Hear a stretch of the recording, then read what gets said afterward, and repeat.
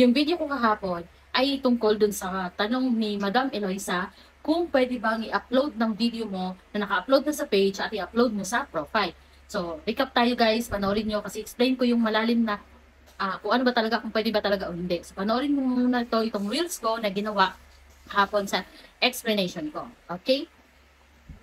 Sasagutin natin yung katanungan ni Eloisa Maranan Mendoza. So, ito ang tanong niya. Miss Jen, asa ko, pwede ba natin i-upload ang mga videos from profile to page?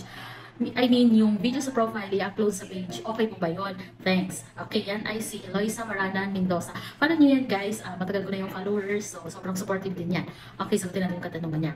Yung about po, sa pag-upload ng videos mo, na halimbawa, na-upload nyo na sa page, sa profile ninyo, and then i-upload nyo sa Reels, ay big no po yun. Kasi nga, magkakaroon po kayo dyan ng issue. Ano ang issue dyan? Copyright. Tandaan nyo po, hindi kayo pwedeng mag-upload, dahil upload nyo na sa page ninyo at i-upload nyo pa ulit sa profile ninyo. Huwag nyo pong gawin yun kasi magkakaroon po kayo ng violation yun. So, dapat po, ang gawin ninyo, pag nag-upload kayo sa page ninyo at i-upload nyo sa profile ninyo, kailangan nyo munang i-edit muna ng maigi yun bago nyo i-upload. Halimbawa, yung speed niya, yung bilis, pwede nyo gawin, baguhin. Tapos, yung lagyan nyo lang ng ibang title, pwede po yun. Pero yung same figures na makikita dun sa videos ninyo na in-upload sa profile tapos sa page, magkakaroon kayo ng copyright. Kaya gawin ninyo, gusto nyo talaga i-upload, i-edit nyo na lang, okay? Pero no yung pag-upload ng page at in-upload nyo sa profile nyo, okay? Sana natutunan kayo. Yun lang, don't forget to follow and subscribe. Love. So, maliwanag po dyan ang sinabi ko na no. Okay, bibigyan ko pa kayo ng isa example. Halimbawa, na nag-upload ako sa page at in-upload ko sa profile. So ito, kung makita nyo to, di ba? Yan yung videos ko na to, yung mahawak ko ng chicken pastil.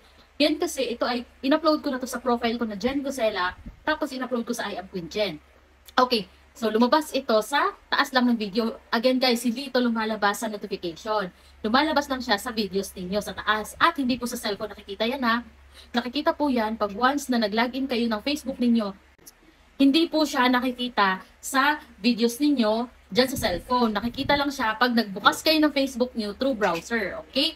So, tandaan nyo yan guys. Kung gusto nyo makakita ng videos ninyo na meron palang mga ganito, copyright claim or kung ano man yan, buksan ninyo ang inyong mga Facebook through browser. Okay?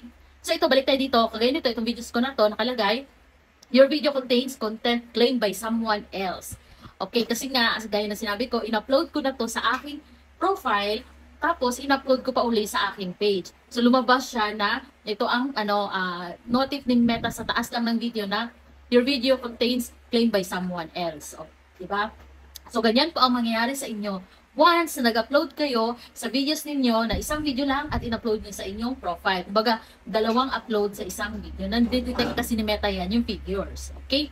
So, kaya sabi ko sa inyo, big no-no po talaga na mag-upload kayo ng page ninyo at i-upload nyo sa profile. Nas pareho yun lang yung no, wag na wag niyong gawin kasi pag ganito, ganyan po ang lalabas sa videos niyo. Okay? So, meron pa din akong another tutorial para naman sa paliwanag naman sa paggamit ng music, right? Kasi marami po tayo gumagamit ng mga music. Ang dami nagtataka bakit hindi naman sila na-monetize. So, susunod na tutorial, tuturo ko po yan sa inyo. So, ngayon muna, yan muna ang paliwanag ko na kung pwede ba mag-upload ng videos sa page at profile na isa lang, big no. Okay?